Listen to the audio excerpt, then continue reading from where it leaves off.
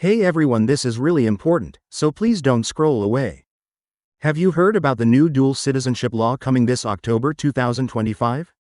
Because what's hidden in this law could completely change how Americans abroad and even right here at home deal with taxes, passports, and loyalty rules. Now, I'm not exaggerating when I say this. For many Americans, this could mean new tax reporting duties, tougher passport renewals, and even questions about where your loyalty officially lies. Sounds unbelievable, right? But it's all written in the fine print that most people haven't even seen yet. If you're a dual citizen or even thinking about becoming one, this affects you. Imagine waking up one day and realizing your second passport or your tax status just got flagged because of a policy you never knew existed. Scary thought, huh? We're going to break down exactly what's changing, who it impacts the most, and what you can do right now to stay compliant and protect your rights. So grab a cup of coffee, because by the end of this video, you'll know more than 90% of Americans do about this law. Before we dive in, if you care about staying informed and protecting your freedom, make sure to hit that like button right now so more people see this urgent update. Alright, let's dive right into what's unfolding. Because what's coming this October 2025 isn't just another policy update, it's a seismic shift that's got millions of Americans, especially dual citizens, asking one question: what does this mean for me?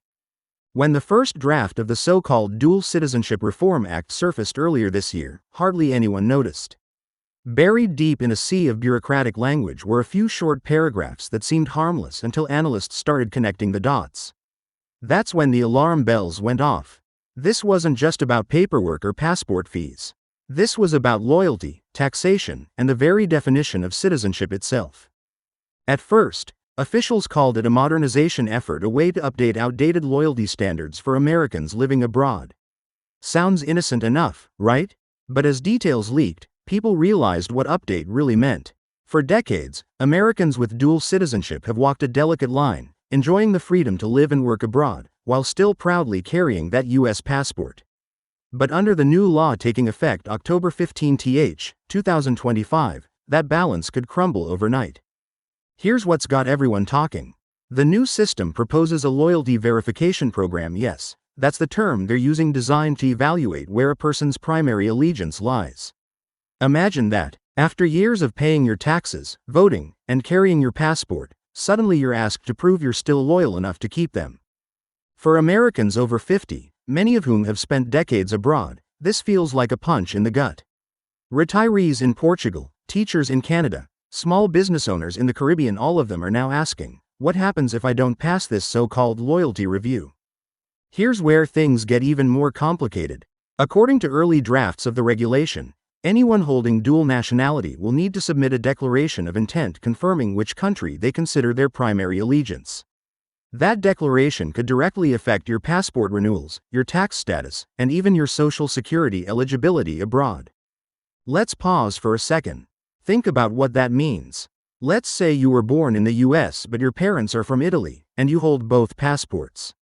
You've spent your retirement years in Tuscany, paying local taxes, occasionally visiting family in Florida.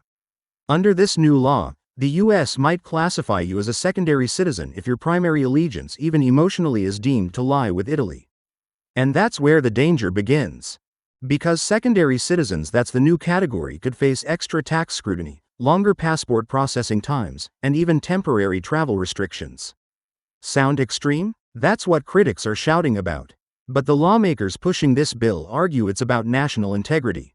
They claim the world is becoming more complex, and dual allegiances pose security and tax challenges. Now, imagine sitting at your kitchen table, opening your mail, and finding a letter from the Department of Homeland Security. It's not a renewal notice, it's a loyalty assessment form. A 12-page document asking questions like, how often do you visit the United States? Do you hold property abroad? Which nation do you consider home? It sounds surreal, but under the 2025 policy, it could happen. That's where the emotional storm really hits. Seniors who served in the military, raised families overseas, or simply retired abroad are suddenly being treated like potential liabilities. It's as if decades of service and tax payments don't count anymore because you happen to hold another passport. And that brings us to the tax changes, which might be even more controversial. Under current U.S. law, Americans are taxed on worldwide income even if they live abroad. Many dual citizens already find that tough. But under this new framework, primary allegiance could determine how much you owe and which deductions you lose. For instance, if the IRS classifies you as a secondary citizen, you could lose access to the foreign earned income exclusion. That's the rule that helps Americans abroad avoid double taxation. Without it, many retirees could see their tax bills triple overnight. Now, officials are saying this won't happen to everyone, only those who fail loyalty verification. But the criteria are vague, and that's what's terrifying people. What does failing even mean? Missing paperwork? Owning a home abroad? Spending more than 6 months outside the US? Nobody knows. And here's where the story takes a darker turn. Whistleblowers inside the State Department have hinted that some of these reviews will be automated, meaning an algorithm could decide whether you're a primary or secondary American. Think about that: your loyalty, your passport, your rights judged by a computer reading your digital footprint. Now, seniors are asking the right question: what can we do about it? The first step is awareness. Many people still don't believe this law is real because it's been overshadowed by election coverage and economic news. But the legislative language is there, waiting for enforcement on October 15th. And that's why conversations like this matter. If you've spent your life abroad, this could impact everything: your banking, your investments, even your ability to vote in US elections. Some embassies have already started quietly preparing for a surge in passport renewals this summer as people rush to beat the deadline. Let me paint a picture. Imagine standing in line outside the embassy, dozens of Americans clutching their forms, nervously chatting about whether they'll still be allowed dual nationality after October. One woman from London said she's lived there for 40 years, raised 3 kids, and never missed a US tax filing. But now, she said, I feel like they're questioning who I am.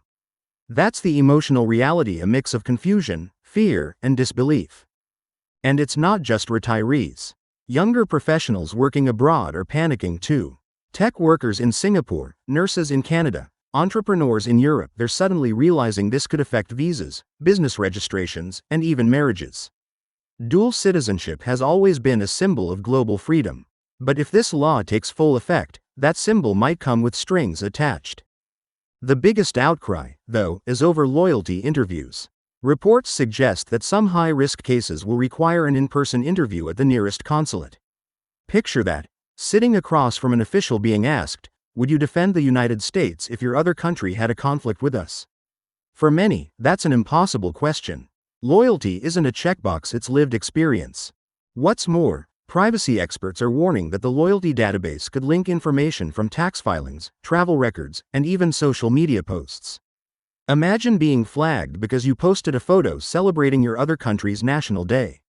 Far-fetched? Maybe, but the technology exists, and the draft regulations hint at it. The emotional toll of this cannot be overstated. For many older Americans abroad, their second citizenship isn't a rejection of their homeland, it's a bridge between identities. They've built lives, families, and friendships in 2 worlds. To suddenly have one government question that loyalty feels deeply personal. And let's not forget the ripple effects.